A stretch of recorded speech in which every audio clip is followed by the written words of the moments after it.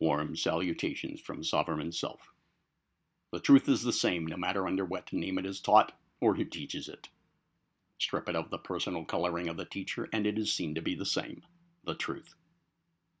And the truth is that before a man attempts to solve the secrets of the universe without, he should master the universe within the kingdom of the self.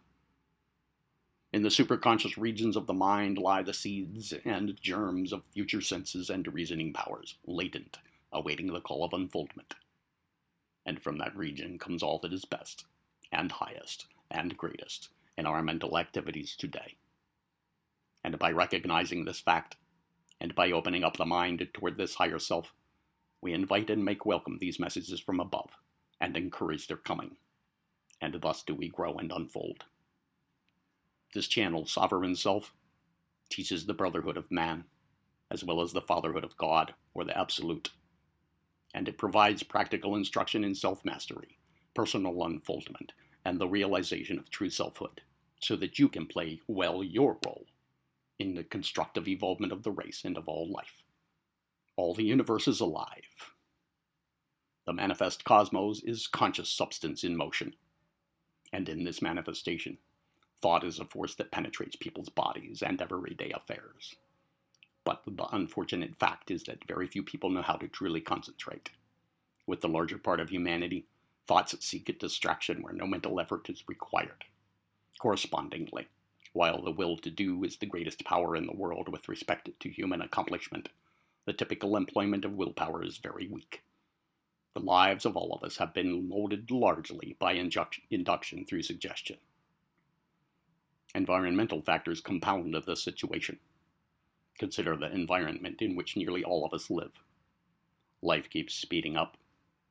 Distractions increasingly grip our attention. We live in an environment of anger that is felt and expressed all over the globe. Moreover, life's mounting layers of complexity envelop us. Solutions to social problems that impact our lives create new problems. The lines between truth and falsity, and between reality and unreality, blur. Normal daily activities easily turn into emotional minefields. Emotions work faster than thoughts, and the stress levels are on the rise. Our senses dull from overstimulation, and our wills flounder alongside a shifting, multitasked focus, and alongside all habit-driven mental and physical activities. What is more, about this same environment stands the grave fact that those who perch themselves in large at the top of the social pyramid are of the darkest and most abominable sort. From their lofty positions of affluence and of influence over human affairs large and small, they set into motion powerful, devilish forces that would devolve each human being and the race in whole, hijacking and enslaving human consciousness toward its most ignorant and most deplorable levels. If each of us does not control our own shares of universal consciousness, and do not accordingly rise to the perception, realization, and even the manifestation of the sovereign self, then they will continue to enslave and control it instead, and will blot out to the point of seeming impossibility such perception, realization, and manifestation. These deplorable beings go about their affairs such that their eventual fates in a low subplane of the great astral plane of manifestation could be described by you as follows, if you could but visit and see what would remain of them there in that charnel house of the astral, the tomb of the earth. What manner of place is this I see? It hath no water, it hath no air, it hath no light, it hath no foundation. It is unfathomably deep. It is as black as the blackest night, this Golgotha of the astral. Here there appears to be a sense of density and gross materiality which is indescribably loathsome, causing the sense of pushing through some black viscous fluid, while at the same time the inhabitants and influences encountered here are unusually undesirable. These denizens of this loathsome place, these inhabitants of this horrible hellish abode, are here because of their own abnormal desires and tendencies, which unfit them for the planes of even the lowest of disembodied human entities, and which also rendered them unfit for association with even the disembodied astral forms of the beasts. and still subject to the laws of mankind. They are not allowed the privilege of rapid annihilation bestowed upon the beasts. They must live out their peculiar life to the end. They are the pariahs, the ghoul-like scum of the human race, who have removed themselves from the race fate and have entailed upon themselves a fate of their own. Their fate is a living death, a conscious life in a corpse-like body, among corpses of the astral. These creatures are the disembodied entities of those who degenerated despicably, who attempted to reverse the cosmic laws, and thus brought upon themselves the recoil of the life forces. They were the lowest instantiations of humanity, which in every way that they could sought to suck the life from the rest. Nature finally casts over them the spell of a deep sleep, from which they never awaken, and from which they pass into annihilation. For they polluted the sacred altar. They stole the divine fire for devilish rites. They removed themselves from the trend of cosmic evolution, and became a corruption, an abomination, an infestation in the manifestation of life. Their own desire was their fate. Such is the most likely eventual fate of those who darkly plot and toil to parasitically and predator-like hijack human consciousness and vital energy for their own pathetic sustenance, and often lavish survival on this beautiful planet where the rest of us strive to evolve. Now, we have laid out the picture of the untrained mind and of its owner's often antagonistic environment, and of his ability, or shall we say near inability, to achieve and evolve. If a person wants to rise above all these laid out circumstances, he must do something. Human evolution itself demands it. So what is the solution? How do we circumvent the circumstances? There is a something within each person that is the king and master of all the remaining portions of his being. Call this the soul, the will, the ego, or whatnot. The fact remains that this part of the self is sovereign, and it is dominant. The real self is not the body or even the mind of man. And in the measure that this sovereign manifests its power, so is the degree of individuality. The majority of people do not realize that they have this sovereign self within them, and so yield themselves, without resistance, to environment and outward influences.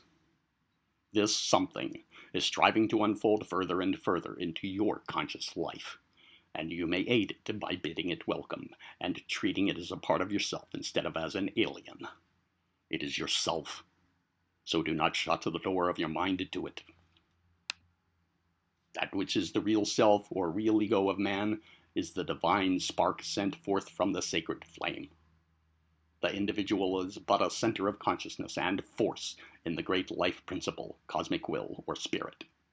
Each ego is a center of consciousness in this great ocean of life, and while apparently separate and distinct, is yet really in touch with the whole, and with every apparent part. Egohood is the state of realization of the ego, the perception and realization of the I am. Egohood is evolved and earned, not given as a universal birthright or general natural right of the race. Many fail to reach egohood. Many personalities are born, but few egos are evolved. The world is tiring of hypocrisy and dishonesty in all human relations, and is crying aloud to be led back some way to truth and honesty in thought and action. But it does not see the way out. And it will not see the way out until the race mind unfolds still further. And the pain of the new unfoldment is stirring the race to its depths. From the deep recesses of the race mind are rising to the surface old passions, and all sorts of ugly mental relics of the past, and they will continue to rise and to show themselves until at last the bubbling pot will begin to quiet down, and then will come a new peace.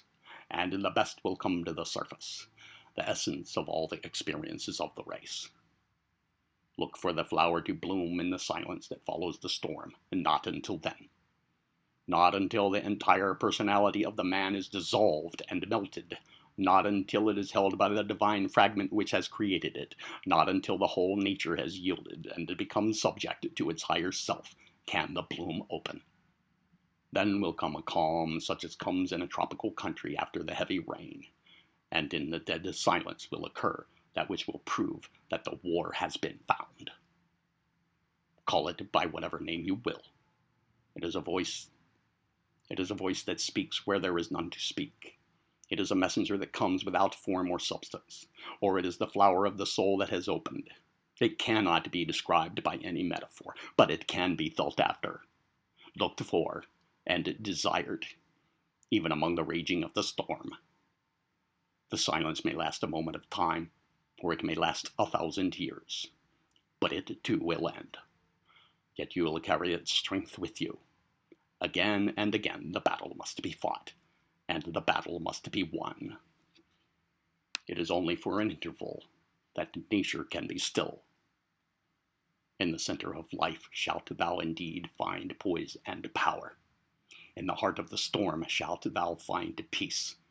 He who finds the center of himself finds the center of the cosmos, for at last they are one. During the struggle ahead of the race, play well your part. Be not deluded by appearances, nor follow after strange prophets. Those who have entered into even a partial understanding and recognition of the one life underlying will find that they will be as the chosen people during the changes that are coming to the race. They have attained that which the race is reaching toward in pain and travail. They will be the leaven that is to lighten the great mass of the race in the new dispensation, not by deed, nor by action, but by thought. The thought is even now at work, and all who read or hear these words are playing a part in the work, although they may not know it. There is but one life, not many lives. Separateness is but relative and partially illusory. The creative fiction of the cosmos. In the cosmic will there is but one life in which and by which is manifested the many. When this truth of the one life underlying gradually dawns upon the race, this new consciousness, then will things take their proper places, and the lion and the lamb lie down together in peace. That's the thought. And the mental pattern must always precede the material form. He who practices the teachings contained herein will place himself well upon the road to attainment, and the further truth will come to him as he progresses. Such is the law of the path of attainment. When one acquires the knack of it, there is manifested the phenomenon of the sovereign self mounting its mental throne and asserting its right and might to govern.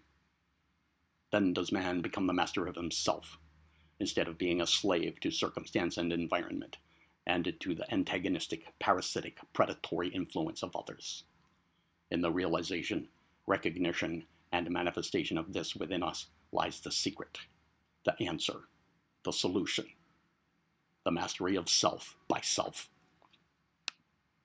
The fundamental principle underlying all ideas in the sovereign self channel is that there exists an infinite and eternal spiritual principle of being, and man is an expression, emanation, or manifestation of the one principle of being, and that principle must be immanent in him, just as he is contained within it, limited only by his own limitations of power and ability to express it.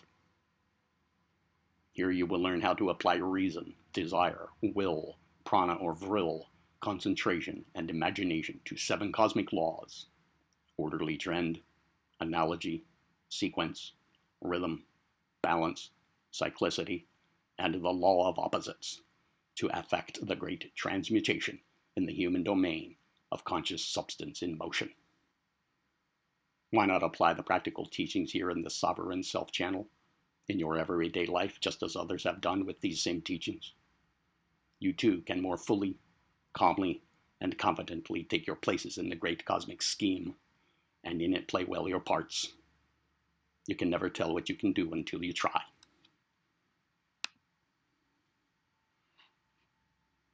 This passage was created and narrated April 3rd, 2017, by me, the channel's creator, using my own words as well as those extracted and edited from selected written works by William Walker Atkinson, to whom I owe utmost appreciation for the inspiration of its entirety. Subscribe, like, share, and be well.